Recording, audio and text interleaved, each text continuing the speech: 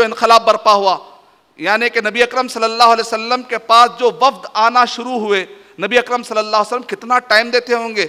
200 वफ्द आए, आने का टाइम, उनके रहने का टाइम, उनके इंतज़ाम, कितना मैनेजमेंट स्किल आपने इस्तेमाल किया, कैसा आप टाइम इस्तेमाल करते थे होंगे।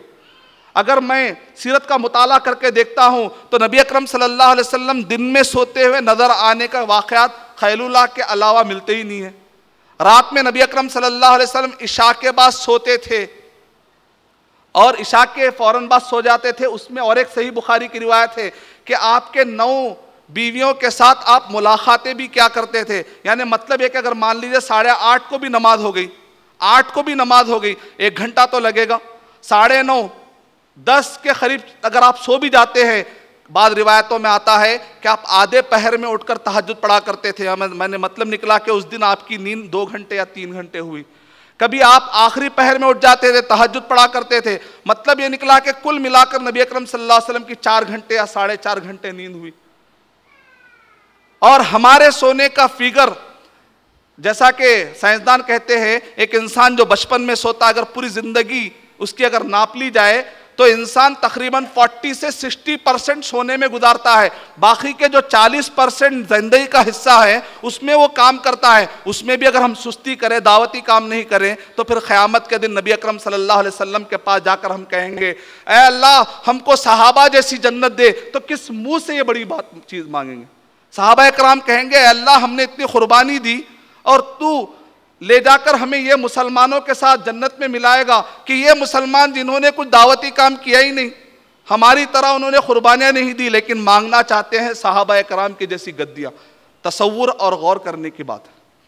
नबी अकरम सल्लल्लाहु अलैहि वसल्लम के पास जो वफ्द आए थे, कैसा आपने टाइम निकाला होगा। ख़त भिजाने के लिए उस ज़माने में लिखने के लिए कितनी देर होती थी, कैसे आपने उसके लिए कैसे आपने टाइम निकाला होगा।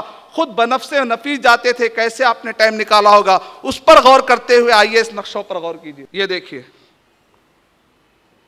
ये पूरे वो कबीले हैं जिसका जिक्र अल्लाह ताला ने कुरान मजीद में इरशाद फरमाया, इज़ा जाअ नस्रुल्लाहि वल फथ, जब अल्लाह की मदद आ जाएगी और फतह, व रअयत अन्नासा यदखुलून फी दीनिल्लाहि अफ़वाजा। ए नबी सल्लल्लाहु अलैहि वसल्लम, आप देखेंगे अपनी आंखों से, व रअयत अन्नासा, के लोग आ रहे हैं, यदखुलून फी दीनिल्लाहि अफ़वाजा, कि वो अल्लाह के दीन में फौज दर फौज दाखिल हो रहे हैं। बास जो वफ्द आए थे नबी सल्लल्लाहु अलैहि वसल्लम के पास, उसमें से बाज़ वफ्द इसलिए आए थे ताकि शक पैदा करे, लेकिन नबी सल्लल्लाहु अलैहि वसल्लम के अखलाक को देखकर, आपकी बातों को देखकर कबूल कर लिया करते थे। कुछ वफ्द इसलिए आए थे ताकि नबी सल्लल्लाहु अलैहि वसल्लम को कत्ल कर दे, लेकिन आपके प्यारे अखलाक को देखकर दुश्मन भी आपके हवाले होकर चला जाता था। और बास आते थे, कुछ सवालात करके इस्लाम कबूल कर लेते थे। अलगर्ज नतीजा ये निकला कि नबी अकरम सल्लल्लाहु अलैहि वसल्लम ने जो मेहनत की वो अरब के सतह पर भी देखी गई और आलमी सतह पर भी देखी गई। आलमी सतह पर अगर आप गौर करेंगे, 20 हुक्मरानों ने, बादशाहों ने उस जमाने के, उन्होंने कलमा पढ़ा। उसमें से एक असहम नजाशी यानी इथोपिया का जो सरदार थे उन्होंने कलमा पढ़ा। नबी सल्लल्लाहु अलैहि वसल्लम ने 2 मरतबा खत भेजे, एक जिन्होंने कलमा पढ़ लिया था, फिर उसके बाद उनके इंतकाल के बाद एक नजाशी बादशाह आए थे। उस वक्त पर नबी सल्लल्लाहु अलैहि वसल्लम ने तबूक से खत रवाना किया। इब्न हजर रहमतुल्लाह अलैह कहते हैं इसीलिए कि 2 मरतबा हर जगह पर खुतूत गए। नबी सल्लल्लाहु अलैहि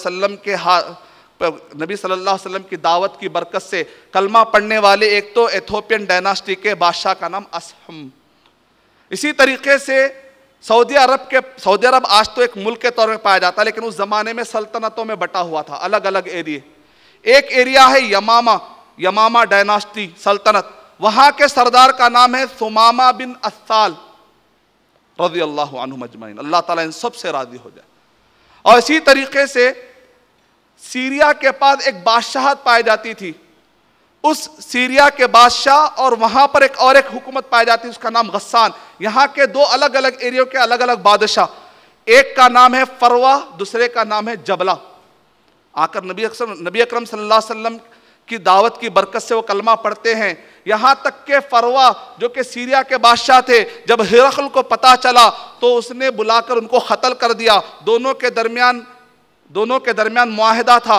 जब उस बादशाह को कत्ल कर दिया गया तो तो सहाबा इकराम ने कहा कैसी प्यारी जिंदगी है, उसने अपना माल दौलत यहाँ तक के सल्तनत भी अल्लाह की राह में कुर्बान कर दी, यहाँ तक कि वो शहीद भी हो गए।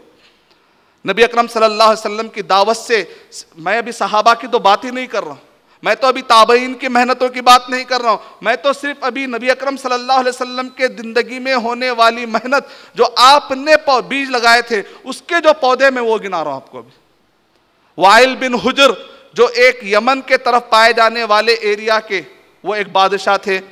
अबू मूसा अल अशअरी जो यमन के अंदर एक डायनास्टी पाई जाती थी, वहाँ के वो बड़े थे। और इसी तरीके से अबू सुफियान, उस्मान बिन अबी तलहा, अमर बिन आस, ये तीन बड़े बड़े बड़े सरदार थे जो मक्का के अंदर के थे। खालिद बिन वलीद रज़ी अल्लाह ताला अन्हु, और इसी तरीके से दौमतुल जंदल नामी एक बहुत बड़ी सल्तनत थी, उसके बादशाह उकैदर ने। ये वो सारी बातें जो ज़ादुल माद के अंदर आपको ऑथेंटिक मिल जाएंगी इंशाअल्लाह। जो ये अल बिदाया व निहाया है, जैसा तारीख़ तबरी का मैंने हवाला दिया, अल बिदाया व निहाया, इसके अंदर भी नबी सल्लल्लाहु अलैहि वसल्लम ने जो ख़त भेजे और जो बादशाहों ने कलमा पढ़ा और कब उन्होंने पढ़ा, कौसे साल उन्होंने पढ़ा, साल साल की तारीख़ इसके अंदर बताई गई। अल बिदाया व निहाया इब्न कसीर रहमतुल्लाह अलैह की। नबी अकरम सल्लल्लाहु अलैहि वसल्लम के हाथ पर और नबी अकरम सल्लल्लाहु अलैहि वसल्लम की दावत से कलमा पढ़ने वालों की तादाद बादशाहों से हटकर फिर उस जमाने के जो सबसे बड़े दो बड़े दुश्मन थे, वो दुश्मन के बेटों ने कलमा पढ़ा। एक है आस जो कि एक दुश्मन थे, उनके बेटे अमर बिन आस रज़ी अल्लाह ताला अन्हु ने कलमा पढ़ा। अबू जहल जो कि बहुत बड़ा दुश्मन है, जिसको बच्चा बच्चा जानता है, अबू जहल के बेटे इक्रिमा रहमतुल्लाह रज़ी अल्लाह ताला अन्हु नासिब नबी अकरम सल्लल्लाहु अलैहि वसल्लम के हाथ पर आकर कलमा पढ़ते हैं। बल्कि इब्ने अब्बास रज़ी अल्लाह ताला अन्हु की बहुत सारी तफसीरें इक्रिमा रज़ी अल्लाह ताला अन्हु से मिलती। इस हद तक नबी अकरम सल्लल्लाहु अलैहि वसल्लम के हाथ पर ना सिर्फ वो कलमा पढ़ने वाले थे, बल्कि बाद में वो खुद एक दाई और मुफस्सिर बन गए। नबी अकरम सल्लल्लाहु अलैहि वसल्लम के ज़माने में जिन्होंने कलमा पढ़ा है, ये सारे के सारे बादशाहों के साथ साथ, अभी मैंने तो अशरे मुबशरा का मैंने जिक्र नहीं किया, खुलफाए राशिदीन का मैंने जिक्र नहीं किया, हर एक की अगर आप तारीख़ पढ़ते जाएंगे तो अंदाज़ा लगेगा कि नबी अकरम सल्लल्लाहु अलैहि वसल्लम के दावत की बरकत से कलमा पढ़ने वाले कोई मामूली लोग नहीं थे। वो हर एरिए के बहुत बड़े सरबराह थे, कोई बादशाह था, कोई हुक्मरान था। दो वाक़यात जो इस ज़िम्मन में बड़े बहुत ही बेहतरीन और दिलचस्प है, मैं आपको सुनाना चाहता हूँ कि नबी अकरम सल्लल्लाहु अलैहि वसल्लम ने जब किसरा को, जो कि पर्शियन डायनास्टी का वो बादशाह था, बड़ा था, जब नबी अकरम सल्लल्लाहु अलैहि वसल्लम वहाँ पर ख़त लिखते हैं तो किसरा गुस्से में आकर कहता है कि एक गुलाम, एक अरब का गुलाम मेरे नाम से पहले अपना नाम लिखता है, कहकर उसने ख़त फाड़ दिया। जब नबी अकरम सल्लल्लाहु अलैहि वसल्लम को यह बात पहुंचती है तो नबी अकरम सल्लल्लाहु अलैहि वसल्लम कहते हैं उसने मेरे ख़त को फाड़ दिया, अल्लाह ताला उसके मुल्क को तबाह ताराश कर दे। वैसे ही हुआ, उसने ना सिर्फ ख़त को फाड़ा बल्कि उसने, उसकी जो हुकूमत थी यमन से अलायंस में थी, ईरान की जो हुकूमत थी उस वक्त पर यमन से अलायंस में थी। वहाँ पर बाज़ान नामी जो यमन को संभालने वाला गवर्नर कह लीजिए या एक एम्बेसडर कह लीजिए, उसने बाज़ान को रवाना किया, कहा कि जाकर नऊज़ बिल्लाह मोहम्मद सल्लल्लाहु अलैहि वसल्लम को पकड़ कर लाए। बाज़ान और खासिदों को भेजता है और उसके बाद नबी अकरम सल्लल्लाहु अलैहि वसल्लम के पास जाकर कहते हैं, ए मोहम्मद नऊज़ बिल्लाह चलो, किसरा तुम्हें बुला रहे हैं। नबी अकरम सल्लल्लाहु अलैहि वसल्लम अगर हम होते तो सख्ती के साथ मुठभेड़ करने की कोशिश करते, लेकिन नबी अकरम सल्लल्लाहु अलैहि वसल्लम कॉन्सेप्ट ऑफ स्किपिज्म पर आपने अमल किया, यानी कि थोड़ा ठंडा करेंगे, अभी जज्बात में आए हैं, थोड़ा नज़रअंदाज करेंगे, थोड़ा और सोचने का मौका देंगे। नबी अकरम सल्लल्लाहु अलैहि वसल्लम ने ठंडे अंदाज में कहा, कल बात करते, रात में पहले आराम कर लो, कल बात करते हैं। जो आए थे बदतमीजी करने हुए, क्योंकि नबी अकरम सल्लल्लाहु अलैहि वसल्लम गैर मुस्लिम भी क्यों ना हो मेहमानों की कदर करते थे, खासिद की कदर करते थे, एम्बेसडर की कदर करते थे। नबी सल्लल्लाहु अलैहि वसल्लम अपने अखलाक को पूरी तरीके से सामने वाले पर साबित करने की कोशिश करते थे। कहा कि कल बात करेंगे। जब दूसरे दिन आए तो नबी अकरम सल्लल्लाहु अलैहि वसल्लम ने फरमाया, जाओ, जिसने तुम्हें हुक्म देकर वो किसरा ने तुम्हें भिजाया है, रात में मेरे रब ने तुम्हारे रब को कत्ल कर दिया है, जाकर तहकीक कर लो। वो गुस्से से निकले, कहा कि हम पकड़ने आए थे, ये बात अगर किसरा को मिलेगी तब तो ये अरब को वो कत्ल और गारतगिरी कर देगा। कहा कि वो वापस जब यमन की तरफ लौटते हैं, जाकर कहते हैं कि मोहम्मद सल्लल्लाहु अलैहि वसल्लम ना सिर्फ हवाले होने के लिए तैयार नहीं हैं, बल्कि वो कह रहे हैं कि मेरे रब ने तुम्हारे रब को कत्ल कर दिया। तो वहाँ पर बाज़ान ने और यमन के लोगों ने कहा मोहम्मद सल्लल्लाहु अलैहि वसल्लम सही बात कहते हैं, यकीनन बेटे ने बाप को कत्ल कर दिया है। यानी कि अल्लाह ताला ने उस बेटे को ये तौफीक दी कि वो अपने बाप को कत्ल कर दे। यकीनन ये बात सच्ची है। जैसे ही ये बात पता चली, वो यमन से बाज़ान और वो सारे के सारे लोग आकर नबी अकरम सल्लल्लाहु अलैहि वसल्लम की खिदमत में कहते हैं ला इलाहा इल्लल्लाह मुहम्मदुर रसूलुल्लाह। यानी नबी अकरम सल्लल्लाहु अलैहि वसल्लम जैसे कहते हैं कि अगर आप एक बालिश आगे बढ़ते हैं तो अल्लाह की रहमत एक हाथ आगे बढ़ती है। जब आप दावती काम करने निकलते हैं तो अल्लाह सुब्हानहू व तआला ऐसे असबाब आपके लिए बना देंगे कि इंशाअल्लाह सामने वाले ऐसे हालात पैदा हो जाएंगे कि सामने वाले कलमा पढ़ने पर मजबूर हो जाएंगे इंशाअल्लाह। नबी अकरम सल्लल्लाहु अलैहि वसल्लम के ज़माने का ये मौजज़ा है। तो क़यामत तक के लिए हमारा अक़ीदा पाया जाता है कि करामतों का सिलसिला चलता रहेगा। अल्लाह सुब्हानहू व तआला कायनात में हय्युन और क़य्यूम है, वो दाइयों की मदद करने के लिए तैयार है इंशाअल्लाह। शर्त यह है कि हम बड़ा एक बारिश कदम आगे तो बढ़ाएं, कुछ मेहनत करके ज़रा आगे तो बढ़े। नबी अकरम सल्लल्लाहु अलैहि वसल्लम ने जो आपने बनफ़्से नफ़ीस जो काम किया है, ये सारे कामों को अभी आपके सामने मैंने जो खुतूत वगैरह सारे बतलाए हैं, इससे ये बात साबित हो गई कि नबी अकरम सल्लल्लाहु अलैहि वसल्लम सिर्फ अरब के लिए नहीं बल्कि आप पूरे आलमों के लिए भेजे गए थे। इस पर कुरान मजीद की कई आयतें हम पेश कर सकते हैं। सूरह बकरा सूरह नंबर 2 की आयत नंबर 185 में अल्लाह सुब्हानहू व तआला ने इरशाद फरमाया हुदल लिन्नास, यानी कुरान मजीद सिर्फ मुसलमानों के लिए नहीं बल्कि पूरे इंसानों के लिए। सूरह अनाम नंबर 6 के आयत नंबर 9 के अंदर अल्लाह सुब्हानहू व तआला ने इरशाद फरमाया लिउंदिरकुम बिही वमन बलग, कि ये कुरान मजीद जहाँ जहाँ तक पहुँचेगा सबके लिए ये हुज्जत बन जाएगा।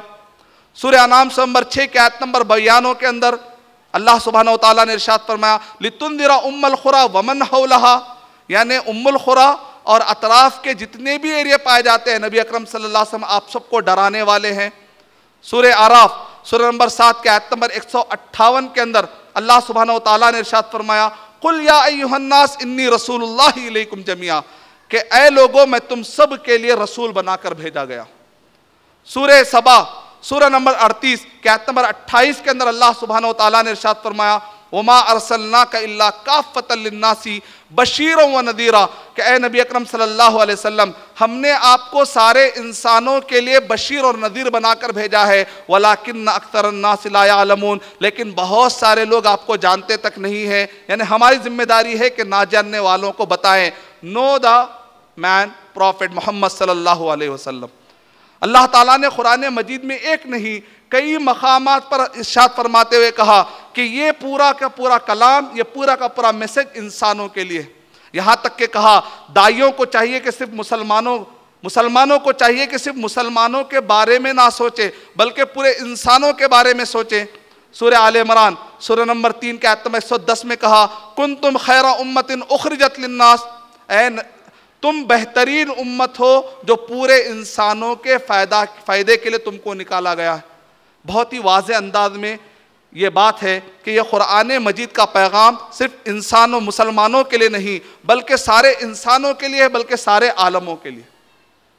हदीसों में भी नबी अकरम सल्लल्लाहु अलैहि वसल्लम ने इरशाद फरमाया, तिरमिज़ी शरीफ हदीस नंबर 1553 के अंदर, सही बुखारी किताबुत तहारा के अंदर कि नबी अकरम सल्लल्लाहु अलैहि वसल्लम ने इरशाद फरमाया